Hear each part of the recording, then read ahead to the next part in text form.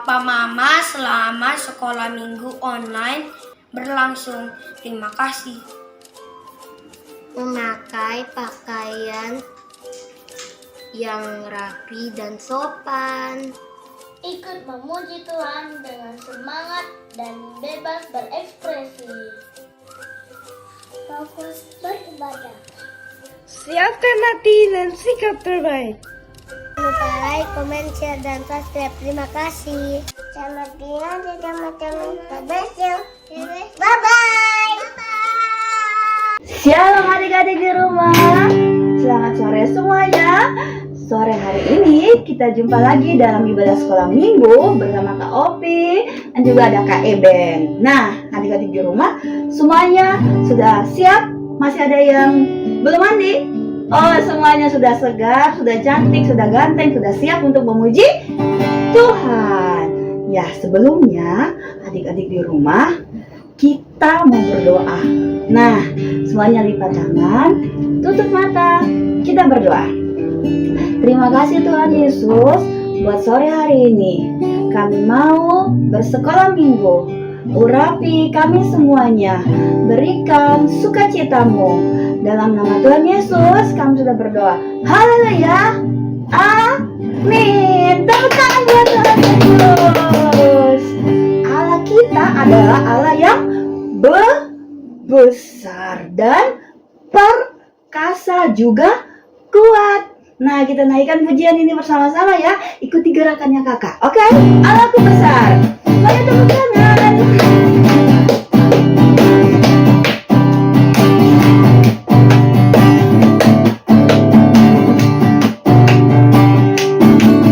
Allahku besar, kuat dan perkasa, tiada yang mustahil bagi Dia. Oh, oh. Allahku besar, kuat dan perkasa, tiada yang mustahil bagi Dia. Oh, oh. Gunung miliknya, sungai miliknya, bintang-bintang ciptaannya. Oh, oh. Allahku besar, kuat dan perkasa, tiada yang mustahil bagi Dia.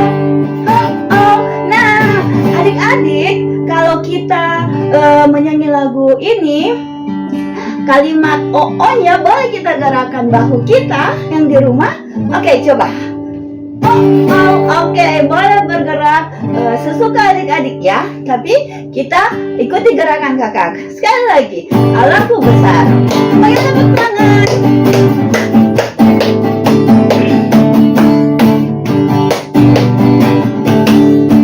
Allahku besar, kuat dan perkasa, tiada yang mustahil bagi Dia. Oh, oh.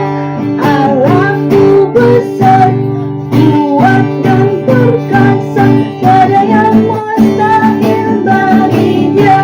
Oh, oh. Gunung miliknya, sungai miliknya, bintang-bintang ciptaannya. Oh, oh. Allahku besar, kuat dan perkasa, tiada yang mustahil bagi Dia. Oh, oh. Tiada yang mustahil bagi Dia. Oh, oh. Berikan kemuliaan buat Tuhan. Nah, adik-adik masih semangat untuk memuji Tuhan ya. Nah, kakak mau tanya nih. Kalau binatang yang bernama monyet itu tinggalnya di mana ya? Ya, di atas pohon. Kalau burung, dia di dalam sangkar. Ya, betul. Nah, sekarang kalau cacing itu tinggalnya di mana? Ya, di dalam tanah. Naikkan pujian ini bersama-sama ya. Semuanya tepuk tangan dengan gembira. Anak monyet di atas pohon. Oke, semuanya tepuk tangan.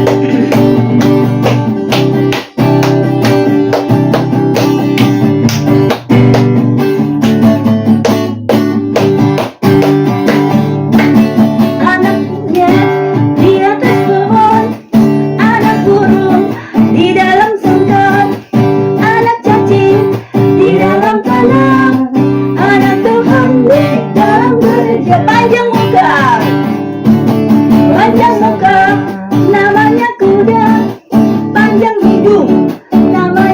gajah, panjang tangan itu pencuri, panjang sabar itu anak Tuhan. Sekali lagi. Anak monyet di atas pohon, anak burung di dalam sangkar, anak cacing di dalam kandang, anak Tuhan di dalam gereja. Panjang muka, namanya kuda, panjang hidung, namanya gajah, panjang tangan itu pencuri, panjang sabar itu anak Tuhan. Nah, adik-adik, kalau panjang sabar itu adalah anak Tuhan. Jadi tidak boleh marah-marah sama mama, sama kakak, adik, oma, opa. Kita harus sabar. Oke, kita lanjut memuji Tuhan ya. Naikkan bersama-sama. Kingkong badannya besar, tapi kakinya pendek. Oke, tepuk tangan semuanya.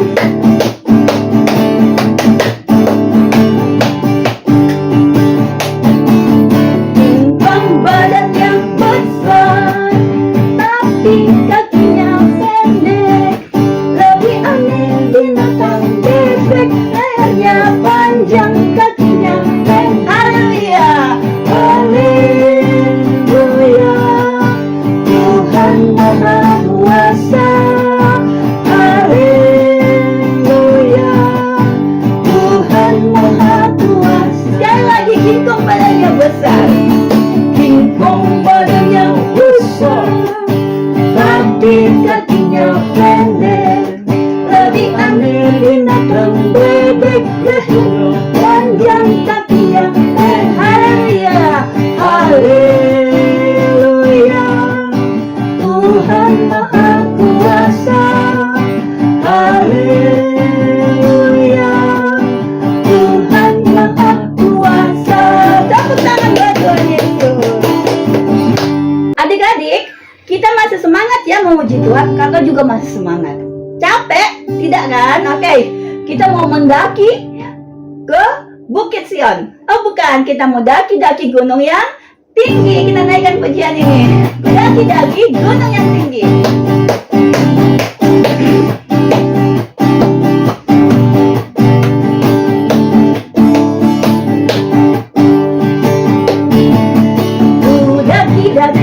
Daki gunung yang tinggi, turun lembah yang dalam, melintasi padang rumput hijau membentang.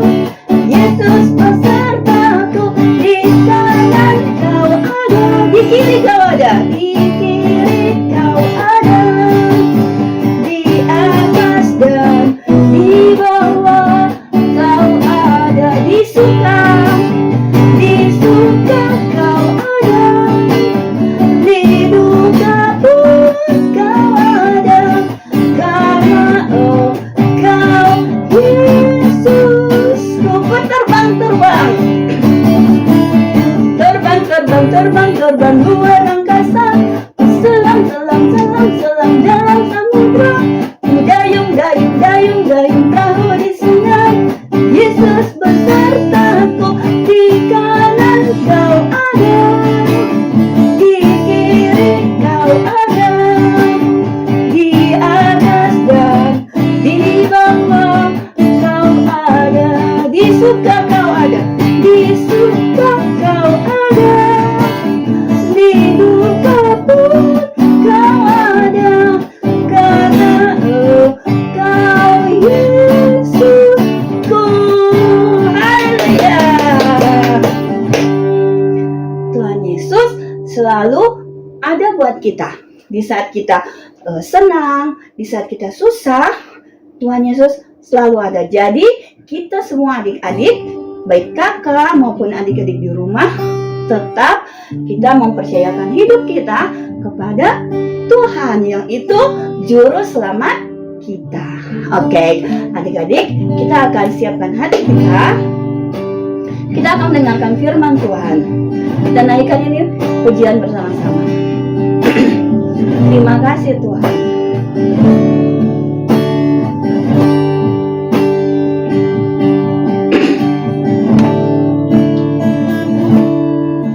Terima kasih Tuhan untuk kasih setiamu yang ku alami dalam hidupku. Terima kasih Yesus. Terima kasih Yesus untuk kebaikanmu sepanjang hidupku.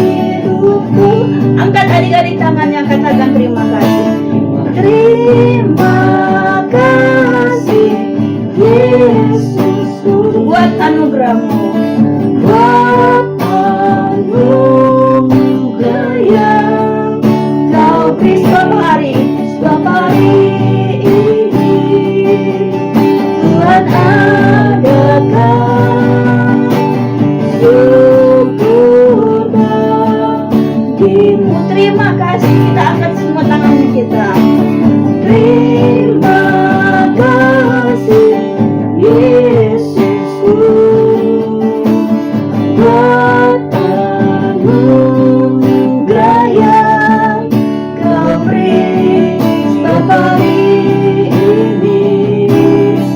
Tuhan adakan syukur bagimu. Nah, adik-adik di rumah semuanya sikap berdoa, lipat tangan, tutup mata, kita berdoa untuk firman Tuhan. Tuhan Yesus, kami sungguh bersyukur buat sore hari ini. Kami sudah memuji memuliakan nama-Mu.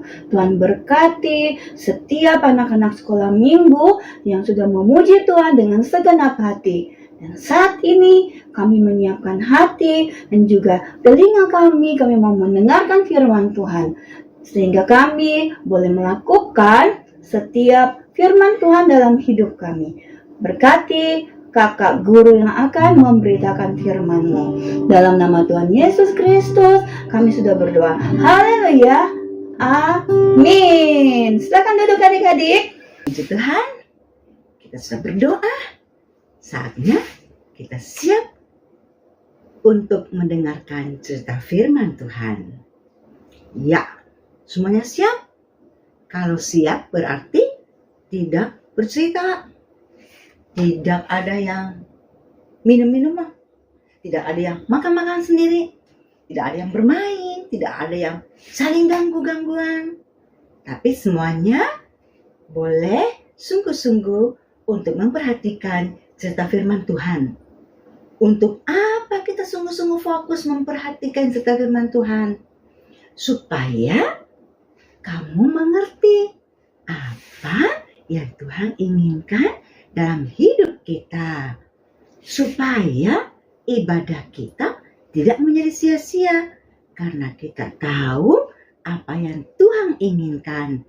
Kita mau menyenangkan hati Tuhan dengan jalan mengerti firman Tuhan, lalu melakukan setiap perintah Tuhan. Oke? Siap semuanya? Yes? Ya, baik. Hari ini kita mengambil sebuah tema, yaitu Jimmy dan orang yang tidak percaya akan Allah. Apa? Apa temanya? Judul ceritanya apa? Jimmy dan orang yang tidak percaya akan Allah. Nah, kita membaca Alkitab dari 1 Petrus 2 ayat 24. Ia sendiri telah memikul dosa kita dalam tubuhnya di kayu salib, supaya kita yang telah mati terhadap dosa hidup untuk kebenaran.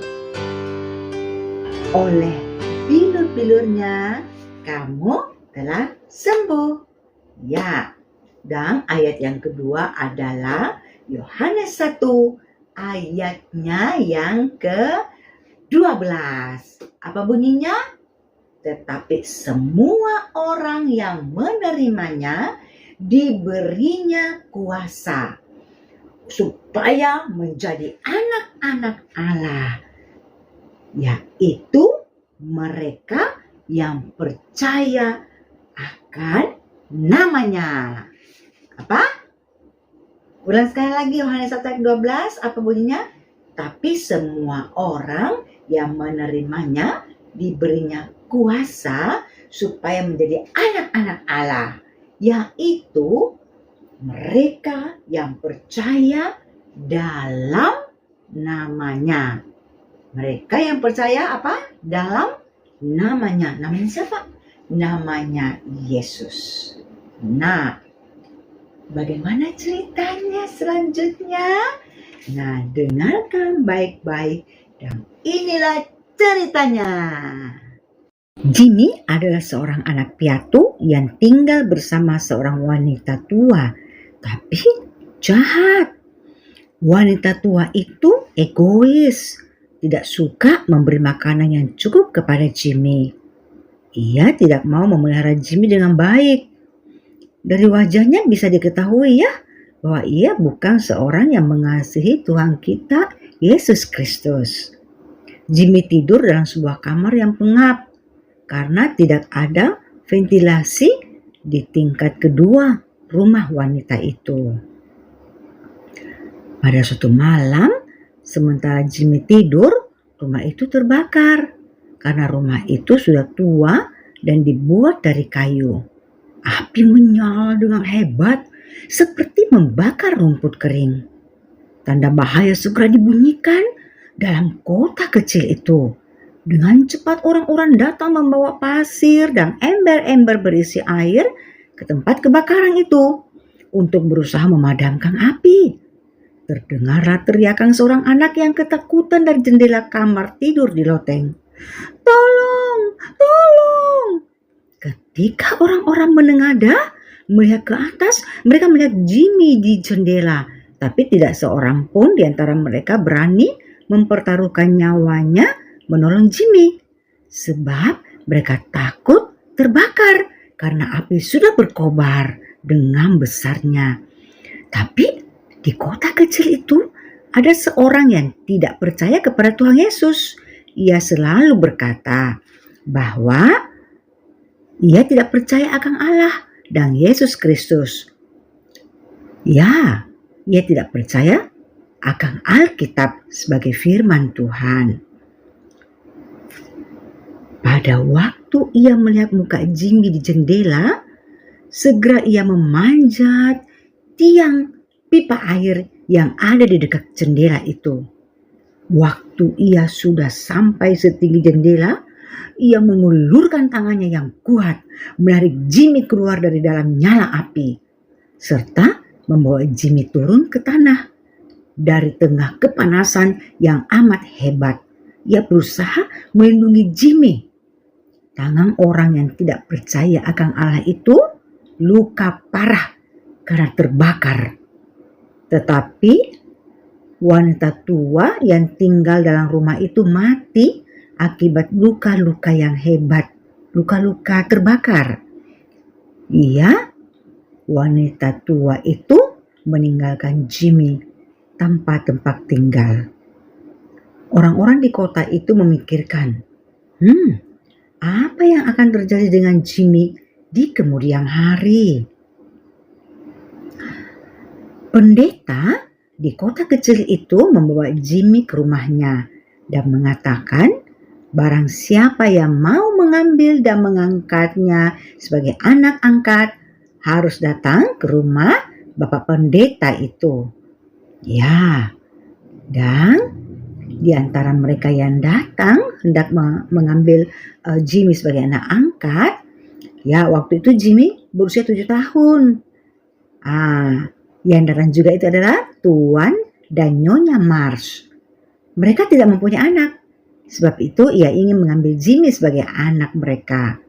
Tapi sementara Tuan dan Nyonya Mars berbicara kepada Jimmy dan menanyakan apakah dia mau tinggal di rumah mereka sebagai anak mereka, tepat waktu yang sama, orang yang tidak percaya akan Allah itu muncul di pintu. orang yang pernah menolong Jimmy dari kebakaran itu. Setelah pendeta mempersilahkan dia masuk, ia mengatakan kepadanya bahwa ia ingin meminta Jimmy tinggal bersama dia. Ia ingin mengangkat Jimmy sebagai anaknya. Pak Pendeta tahu bahwa Tuan dan Nyonya Mars akan menceritakan dan membawa Jimmy kepada Tuhan Yesus dan akan menuntun Jimmy sampai pada menerima Yesus dalam hidupnya. Karena itu, Pak Pendeta lebih suka kalau anak itu ikut Tuan dan Nyonya Mars. Tapi orang itu yang pernah menolong Jimmy dari kebakaran berkata, bolehkah ia mengambil Jimmy? Dan ketika ia melihat Jimmy, ia segera membuka tangan kirinya. Setelah kain pembalut tangan dibuka, orang itu memperlihatkan luka-lukanya kepada Jimmy sambil berkata, apakah kamu mau menjadi anak saya? Ya, melihat tangannya yang luka bakar dan penuh luka itu, Jimmy lari kepada orang itu dan memeluk dia seraya berkata, saya mau pergi dengan Bapak dan menjadi anak Bapak. Karena tangan Bapak sudah terbakar karena saya. Dan tidak seorang pun dapat berkata bahwa orang yang sudah menolong anak itu tidak mempunyai hak yang pertama atas dia. Dengan demikian, pendeta menyerahkan Jimmy kepada orang yang tidak percaya kepada Tuhan itu. Dan keduanya pun pulang ke rumah bapak yang tidak percaya kepada Tuhan itu. Jimmy dan ayah angkatnya merasa sangat berbahagia. Mereka menghabiskan waktu selalu bersama-sama, memancing ikan di sungai, menggambar, berjalan-jalan di hutan, membuat ukiran, belajar, dan lain-lain. Pada suatu hari, di kota itu diadakan suatu pameran lukisan. Lukisan-lukisan digantung pada dinding sebuah ruangan yang besar. Nah, Jimmy dan ayah angkatnya juga datang ke sana. Kemudian mereka melihat lukisan demi lukisan. Dan ayah angkatnya mulai menerangkan setiap lukisan-lukisan yang mereka lihat itu. Tetapi Jimmy memperhatikan sebuah lukisan. Ia sangat tertarik dengan lukisan itu. Tetapi ayah angkatnya tidak suka. Waktu dia memperhatikan lukisan itu, ayah angkatnya cepat-cepat menariknya untuk segera melewati lukisan itu.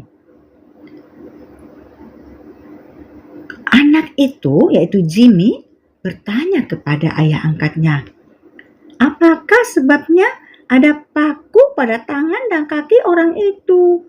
Dan mengapa orang-orang itu menangis? Ayah, ceritakan padaku. Karena ayah itu tahu bahwa ia tidak dapat mengabaikan pertanyaan anaknya, itu sebabnya ia menjawab, oh, saya tidak percaya akan cerita itu. Tetapi orang pernah menceritakan kepadaku tentang hal orang yang ada di lukisan itu. Jadi adik-adik, lebih dari 2000 tahun yang lalu, mulailah papa atau ayah angkat Jimmy bercerita.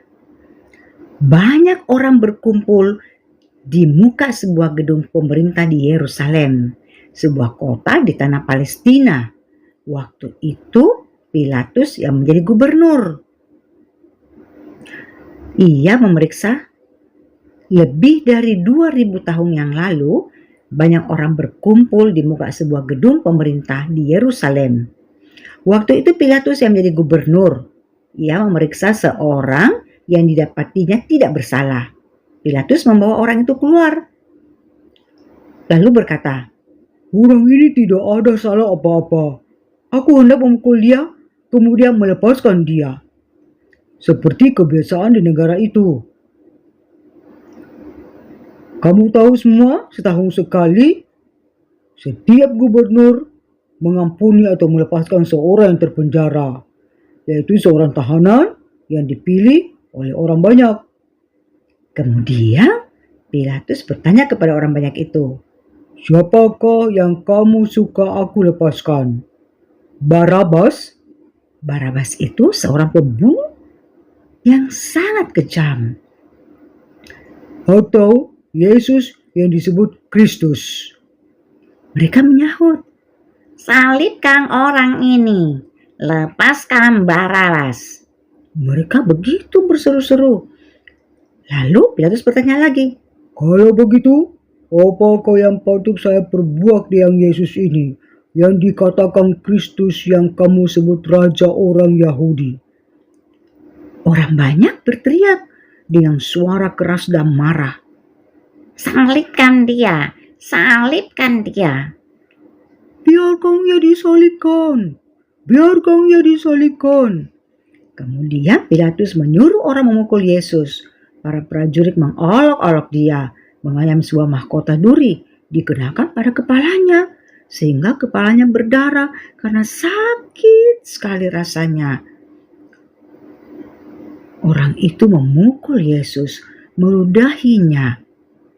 Tapi biarpun Yesus merasakan semuanya, ia tidak berbuat apa-apa untuk membela dirinya. Akhirnya mereka memaksa Yesus memikul sebuah salib kayu yang berat dan membawa dia untuk disalibkan di tempat yang bernama Golgota. Mereka memaku tangan dan kakinya pada kayu salib. Kemudian kedengaran bunyinya, brok, brok. Kayu salib itu ditancapkan ke dalam sebuah lubang.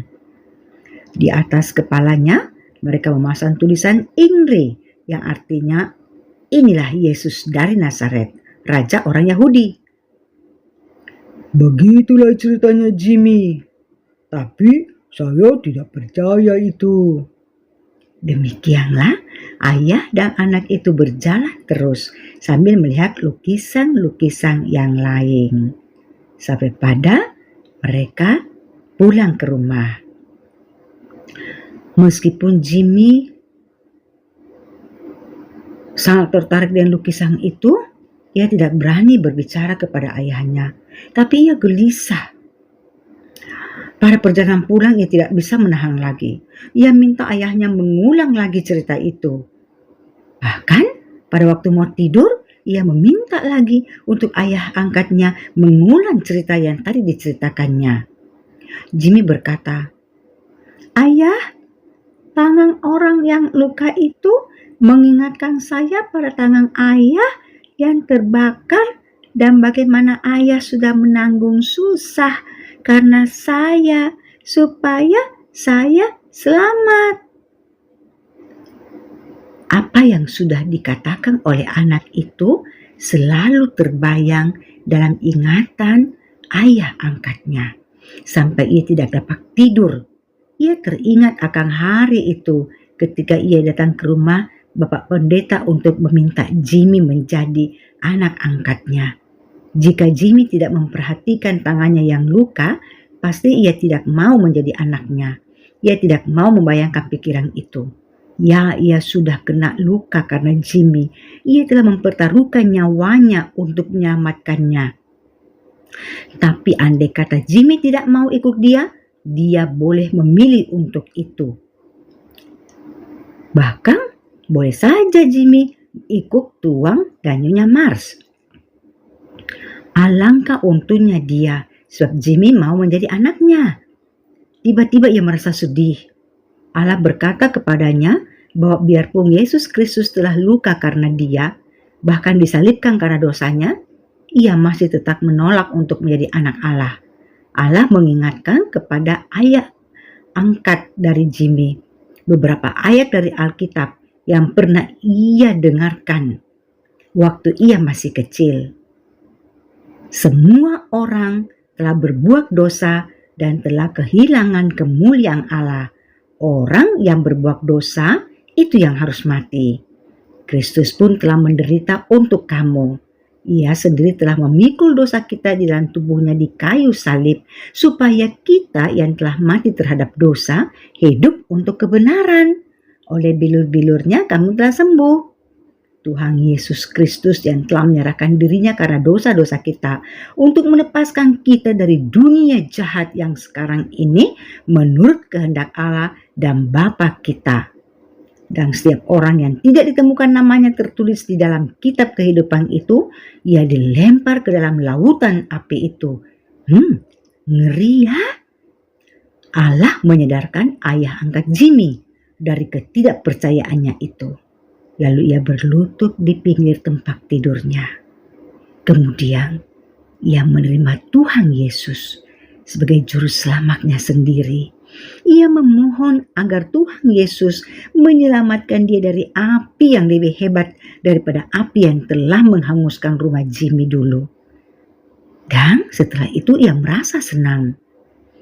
Tidak lama setelah itu, Jimmy juga menerima Tuhan Yesus Kristus dan menjadi anggota dalam keluarga Allah. Mereka senantiasa setia beribadah di tempat Bapak Pendeta. Dan mereka selalu mengingat ayat Alkitab ini.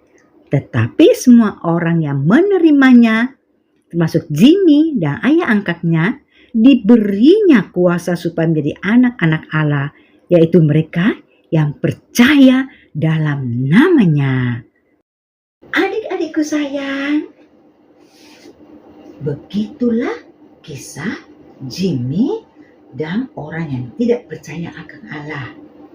Jimmy itu diangkat anak oleh seorang bapak tadi kan. Bapak itu sebelumnya menolong Jimmy waktu terjadi kebakaran. Wah, kalau ada kebakaran memang mengerikan ya, menakutkan. Jimmy hampir saja tewas dalam kebakaran. Orang-orang takut menolongnya, sebab orang berpikir kalau mereka menolong Jimmy, mereka akan mati sebab api sudah berkobar pada rumah itu. Tetapi seorang bapak yang kemudian menjadi ayah angkatnya itu menolong dia, memanjat tiang lalu menolong dia. Tapi apa yang terjadi? Akibat dia menolong Jimmy, maka tangannya luka, sakit, tapi dia tidak menghiraukan sakitnya itu. Akibat kena api, memang sakit, tapi dia sangat mencintai Jimmy. Dia kasihan kepada Jimmy. Kalau dia tidak menolong Jimmy saat itu, maka Jimmy pasti mati, terbakar. Kasih Allah memenuhi ia, sehingga ia menolongnya. Meskipun waktu itu ayah angkat Jimmy belum mengenal Kristus, tapi dia mengasihi Jimmy. Nah, pada akhirnya dia menjadi orang yang percaya kepada Tuhan Yesus melalui berkunjung kepada pameran lukisan. Dia melihat lukisan yang ada di situ dan Jimmy sangat tertarik dengan lukisan itu. Ayah angkatnya sebenarnya tidak percaya kepada Yesus. Dia tidak percaya kepada pengorbanan Yesus. Bagaimana Yesus sudah lahir dan Yesus sudah menderita untuk manusia. Bagaimana Yesus dibunuh, mati, lalu dikubur, ya, disalib itu sampai mati dan dikubur. Tapi Yesus adalah Tuhan. Itu sebabnya meskipun ia sudah mati, tapi ia bangkit karena ia Tuhan. Tetapi pada akhirnya ayah angkat Jimmy sadar setelah dia mengingat dan membayangkan lukisan yang dia lihat itu. Dia mulai berpikir, kalau saja tangannya itu yang luka terbakar karena menolong Jimmy. Kalau Jimmy tidak mau menjadi anak angkatnya. Siapa yang mau memaksa kalau Jimmy memilih ayah dan ibu angkat yang lain, yaitu ayah dan ibu angkat daripada Tuan Marsh? Ya, begitu. Dan pada akhirnya ayah angkat Jimmy sadar bahwa Yesus sudah mati untuk manusia dan dia mau percaya kepada Yesus. Dia percaya kepada pengorbanan Yesus, bahwa Yesus sudah berkorban bagi manusia, sebagaimana di dalam 1 Petrus 2 ayat 24. Yesus sudah memikul dosa-dosa kita di dalam tubuhnya di kayu salib, supaya kita yang telah mati terhadap dosa hidup untuk kebenaran. Jadi Tuhan mau kita melakukan kebenaran. Kebenaran itu apa? Kebenaran itulah firman Tuhan. Artinya apa yang diajarkan oleh firman Tuhan itu kita lakukan dalam hidup kita. Adik-adik tahu, ketika kita membuka hati kita untuk Yesus Kristus, sebagaimana ayah angkat Jimmy dan juga Jimmy pada akhirnya membuka hati bagi Yesus, Yohanes 1 ayat 12 itu menjadi sebuah kenyataan. Apa? Masih ingat ayatnya? Ya, Yohanes 1 ayat 12 bunyinya, tapi semua orang yang menerimanya, artinya menerima Yesus dalam hatinya, dalam hidupnya, diberikan kuasa supaya menjadi anak-anak Allah, yaitu mereka yang percaya dalam namanya. Jadi ketika kita menerima Yesus, percaya kepada Yesus, menerima Yesus dalam hati dan hidup kita, apa yang terjadi? Kita menjadi anak-anak Allah. Senang tidak menjadi anak Allah? Senang? Iya, senang. Dan cerita juga senang menjadi anak Allah. Yesus Tuhan ada dalam hati dan hidup kita. Nah, ketika Yesus ada dalam hati dan hidup kita, kita mau melakukan kebenaran, melakukan firman Tuhan, menyenangkan hati Tuhan, seperti Jimmy dan ayah angkatnya. Maukah kamu juga melakukan kebenaran? Seperti 1 Petrus 2 ayat 24 katakan? Ya, seperti Jimmy dan ayah angkatnya juga sudah melakukannya, melakukan kebenaran, melakukan firman Tuhan, taat kepada perintah Allah. Dan jangan lupa membuka hati bagi Yesus, bagi anak-anak, bagi siapapun juga yang belum pernah membuka hati bagi Yesus. Nah, kesempatan saat ini kita mau membuka hati bagi Yesus, supaya Yesus masuk dalam hati dan hidup kita, menjadi Tuhan dan Raja bagi kita. Apa itu artinya Tuhan dan Raja bagi kita? Artinya Tuhan yang menjadi Raja dalam hati kita, dan kita harus taat kepadanya. Bukan kita yang minta Tuhan bikin maunya kita, bukan. Tapi bagaimana kita menyenangkan dan melakukan kehendak Tuhan, perintah Tuhan. Mau semuanya? Ayo, mau? Iya, kita mau melakukan kebenaran, melakukan perintah Tuhan, melakukan kehendak Tuhan, dan jadi anak-anak yang memuliakan Allah.